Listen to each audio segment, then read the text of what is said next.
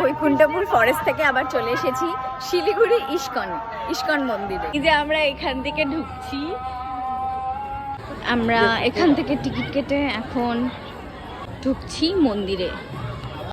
মাটিটা কি ঠান্ডা, এতক্ষণ জুতো পরা ছিলাম বলে বুঝতে পারিনি। এই যে আমরা এখন আগে কিউ দিয়া সন্তুদা ঢুকছে।